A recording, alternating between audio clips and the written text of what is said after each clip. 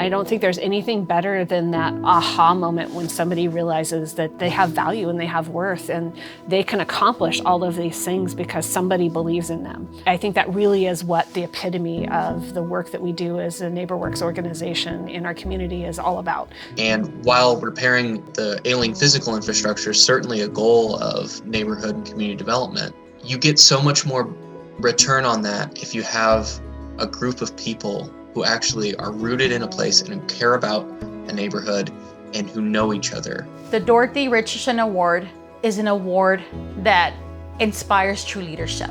NeighborWorks has acknowledged that leadership, has acknowledged that passion. Is just amazing and beautiful to see because you're not gonna see that written anywhere. Those are things that the community will always benefit from. They're gonna benefit from healthier individuals.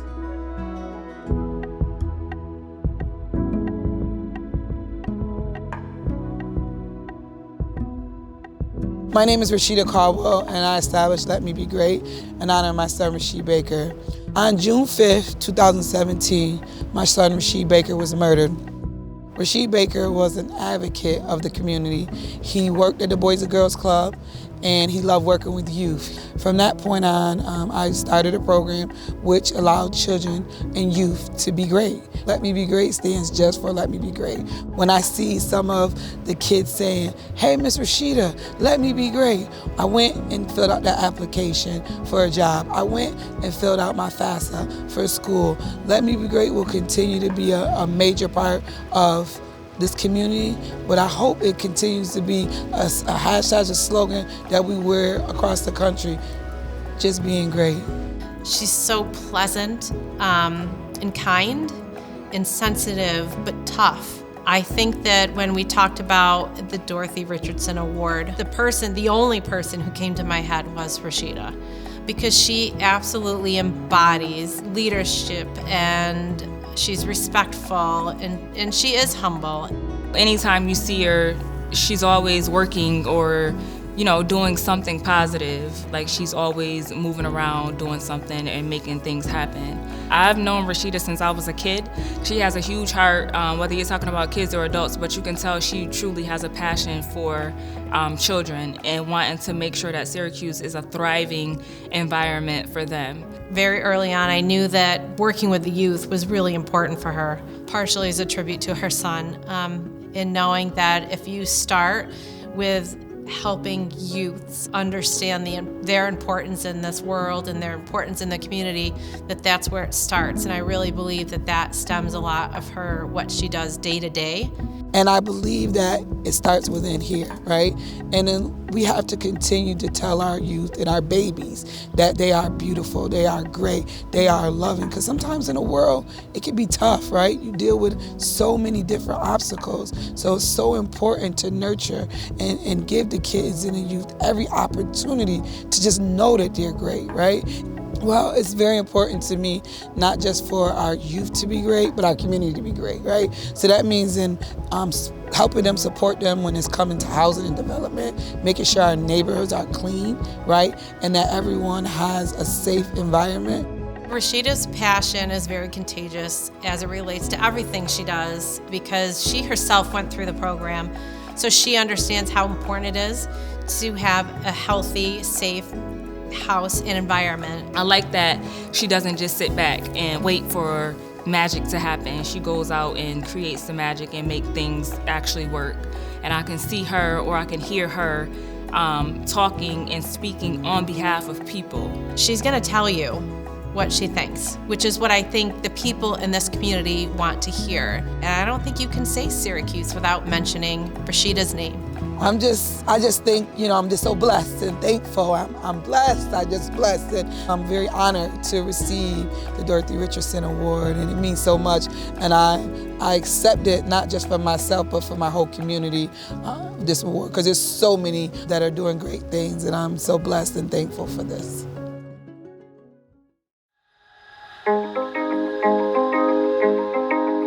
I'm Kay Walter, and I am Tim Runa. I am Kay's husband, and we live in the Holly Hamlet in Lincoln, Nebraska. 11 years ago, we started converting our block into an edible landscape, and in the process, We met our neighbors. The Holly Hamlet is a neighborhood garden in a square block. We have about 22 households working on different plots within the block. And everybody has their own garden plot. We have taken those lots that actually have plenty of garden space, and when the owners are willing, we let others who live in the block garden on that garden space. For about 2 years, I volunteered every Friday for about 4 hours with Tim helping out in the garden. And then I wanted to get deeper into it and learn that he had some rental property in the area. So I, given my work with the community with NeighborWorks and given my interest in the garden, I thought it'd be great to just live here and be able to grow this food in my backyard. I think within the hamlet itself has built like this very, very close network of residents and community members who have gotten to know each other and build lasting bonds through growing food together. What we were hoping to do was really to get to know neighbors. And I served on the NeighborWorks board in Lincoln 30 years ago. Right, so I've always been interested in affordable housing. And this is a lower income neighborhood that we live in. About 12 years ago, it started dawning on me that climate change was not only impacting our world that we are living in, it's affecting our food supply. If you live in the urban built environment, you live in a food desert. We don't grow food here. No. We count on somebody else shipping it into us. And so any urban area is by definition a food desert because all we do is consume. All we do is eat. Well, I love the mission of NeighborWorks America. Let's get low-income people that want to be homeowners. Let's get them rooted in place. Let's get them a home that they can call their own. But once they live there, they have to be able to eat. And if you can instead turn useless lawn into growing space and start growing food, well, then you're going to be reducing your food bills and you're also going to be increasing your food security. They've offered a model of something that, while small and while compact, offers something that kind of covers all those bases. It addresses ecological sustainability and food security in your neighborhood. It addresses the problem of urban alienation and not getting to know your neighbor. It addresses the need for housing and the need to support affordable housing in a neighborhood. We started working on properties that needed to be fixed up in the block, and NeighborWorks started collaborating with us in that process. And then NeighborWorks got interested in the fact that we were growing food. We benefit from what they do in terms of housing renewal, and they benefit from what we're doing in terms of neighborhood resources to get our neighbors connected, and that's food. Food is the connector. I now live in the coolest place in the entire world. I would not have always said that, but there is now no place on earth that I would rather live than the place I live now. This is true for any block anywhere in the world. Love your home, love your neighborhood. That's what NeighborWorks lets us start to do.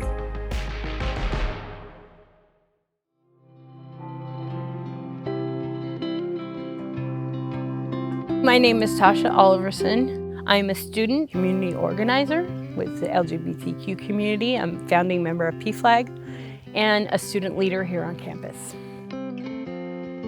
When we were young and like 4 to 5, my mom had a very severe addiction. She snapped out of it. She realized that it wasn't worth it, and we moved all the way to Arizona so she can get completely clean. When she first came to the community, she had been suffering from homelessness, and then she was able to get into a home. She was really looking for a safe place that she could open up to people and be herself. My neighbor at the time worked for NeighborWorks UMPQUA. So I was going to helping with their block parties and all kinds of stuff that they were doing. I could see right from the beginning that Tasha she had something special. She didn't know it yet, and she just needed some folks to, step up and believe in her and give her that support and that leadership. I walked in there and they made me feel like I was a part of it.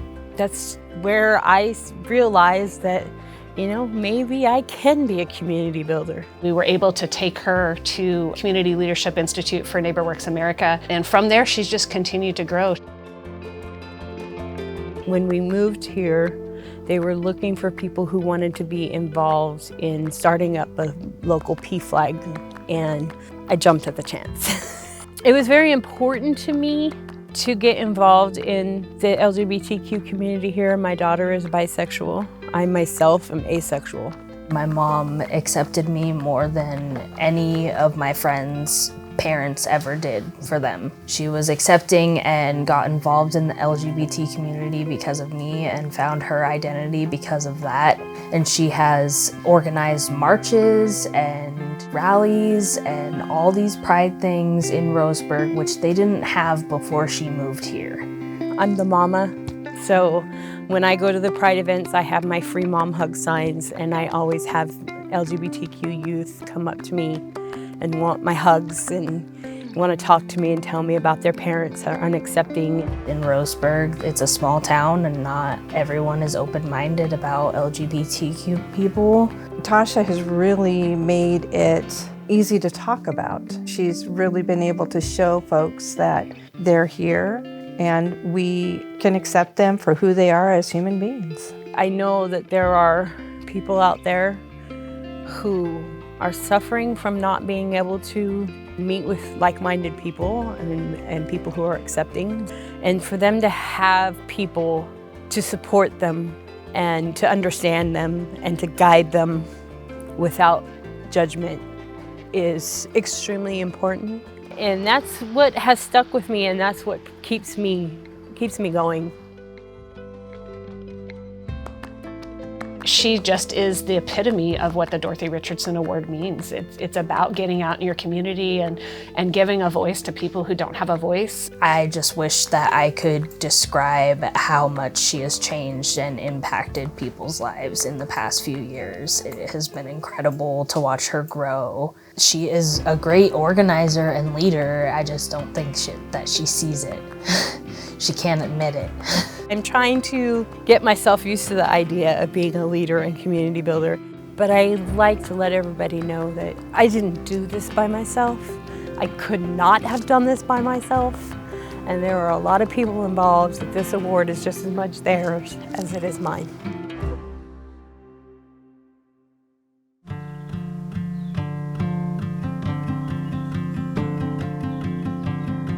Worthington Woods is a 395-unit property. It was built in 1944. It's a multifamily property. So for the most part, Worthington Woods is a great community given the location in the city of where it is. In Washington, D.C., there's a set of rules called the TOPA, Tenants Opportunity to Purchase Act. So whenever an apartment building is put under contract, then the information about the purchase is disseminated to every single resident. Evelyn showed to us that she was a leader from the very first day that we saw her. This property is being sold. We had no idea. We were concerned about that the rent was going to go sky high. We were told that in order to have any input as to what was going to go on, that we first needed a tenants association. Actually, that was the hard part, getting enough members. Because the wrinkle in forming a tenants association is you have to have 51% of the occupants have to agree that there needs to be a tenants association, that a tenants association should be formed. There's 394 apartments here, so she had to collect almost 200 signatures, which is hard. She's managed to bring out this leadership role and has gotten the folks to participate and to follow and really go along with the association here. Knocked on doors on Saturdays and Sundays, had doors slammed in our faces and stuff, but it didn't stop us because we knew that having a tenants association was important. And we had a deadline, and at one point we didn't think that we were gonna reach it, but we did. There were a lot of different ways that Evelyn worked with Montgomery Housing Partnership. The Tenants Association worked with a law firm, and they put together a request for proposals, which were then sent out to various developers to find out if they wanted to make a pitch, make a proposal. NeighborWorks provided some of the money that we used for our down payment before we ultimately financed the project. We had negotiating a development agreement that laid out the roles and responsibilities of us as the future owner-developer, and then also the interaction with the Tenants Association. To me, they were kind of offering us more, and they were more open than the other owners were as far as with information and stuff, anything we asked them, they answered it. I've never worked for an owner that cares as much as Montgomery Housing Partnership. It's breathtaking, it's refreshing that you work for someone who truly cares about the community. When you start talking about this idea of a partnership and this idea of fostering a sense of community, it really all gets down to the quality of life for the residents. And that's a big part of what MHP is all about, and it's a big part of what the Worthington Woods Tenants Association, Evelyn and the board, they really want to see here. I think it's important for the owners to not only communicate with who's managing the property, but the tenants themselves. That way you're not just getting one side of the story. Everyone is properly communicating with each other. That way we're all on the same page. Evelyn Harrison is a leader. She really cares about residents. She cares about what's going on in the community, and she cares about the overall appearance of the community. She's lived here for well over 10 years. And she looks at residents, even though she may not know them, she looks at them as neighbors. She likes the way Worthington Woods has been. She wants to see it preserved that way. She wants to see it be affordable. She wants to see it be a place that people can enjoy living. Had we done nothing, who knows, we might not even be here. I've been here 14 years and I have no desire to move. I'm going to keep on doing what I can so that we can keep things moving smoothly.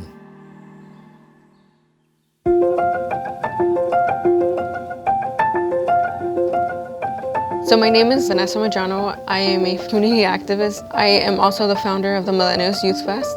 The importance of having the Millennials Youth Fest was to create this, basically this nest for our students, for my peers, honestly, for them to feel like they matter and their voice matters, especially at a young age. When she approached me with the idea, I remember her saying, you know, I just want more for our community, and I know that our youth can do more, and we don't have anything to do right now, miss. The near north side is an area that is full of a lot of great things, but is also full of a lot of things like crime, like shootings, like drugs, prostitution, etc. It's a predominantly Latino community. People in the community have deep ties and deep roots here. The Millennials Youth Fest was a great opportunity for the community to see how we can all come together and create these beautiful festivals. These guys took ownership of their community. I met Vanessa Medrano about 4 years ago. She was involved with the Department of Transformation, and their goal was to, you know, we want to beautify the community, we want to make it safer, we want to clean up sidewalks, we want to paint murals. We really want to increase pride in the community and make it a safer place for everyone. One of our first festivals in May 2018, I believe, we got the chance to give information to families, but also the families got the chance to meet the schools around their neighborhood, and this really helped build a bridge with the families, and it was really great. Another project that the Millennials took part of was creating these little libraries within the community. The little libraries were something small, honestly, but then it grew to a really big project within the community. We have about, I believe, more than 5 libraries within the community. That's where I've seen her thrive in terms of being able to engage students, getting them to show up, getting them to participate. She was able to present the idea and have them actively engage in these projects. My family, the Medrano family, they're such a supportive group. They're always there, especially in their community. The Medrano family is an immigrant family. They are a family full of dreams, but they're also a family of people who said at some point, we are gonna make our dreams happen. Me and my wife, we are the examples of the American dream. Pues yo como inmigrante me gustaría motivarlos a que seamos ejemplo. Me gustaría que más personas como yo dejáramos ese legado con nuestros hijos y generaciones que vengan al futuro. My mother volunteers every chance that she gets, honestly. And then as support, I'm always there too. That influence of her mother and her father, her hardworking parents, I saw that in her when she first spoke. Due to the fact of my parents being immigrants, it really put a perspective into my life to be grateful with whatever I get the chance to have. Thanks to that, it really shaped me of who I am as a person today. It's not been easy, but if you can accomplish, anybody can do it. Vanessa Medrano has shown all of us what a young lady with a dream to give back to her community can do. Which is really remarkable, I think, for a lot of youth. She sees an issue and she wants to solve it. She wants to bring people together and is really forward-thinking and very visionary and very optimistic. It's really important to be able to engage youth, to have them show up and actually actively give back to their community. Es muy importante que las siguientes generaciones se involucren a estos vecindarios porque ellos son el futuro. Y si no hay una descendencia, no va a haber futuro para estos barrios, estas comunidades.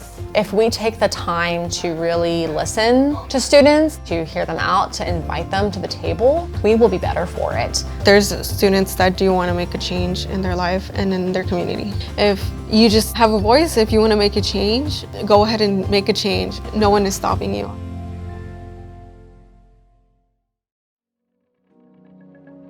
When you have people that buy into the idea of neighborhood and of community, it actually changes the landscape and it changes the environment of which we choose to live. Having powerful people that can help us will get us what we want to achieve, which is everybody to have a healthy house, everybody to have a nice home to go to. It is really important for all of us to remember that anyone in a community, anyone, whether they're a student, retired, they can make a difference in our neighborhood. There are so many opportunities to give back to our community, and we need to just engage folks to bring them in and get that work done.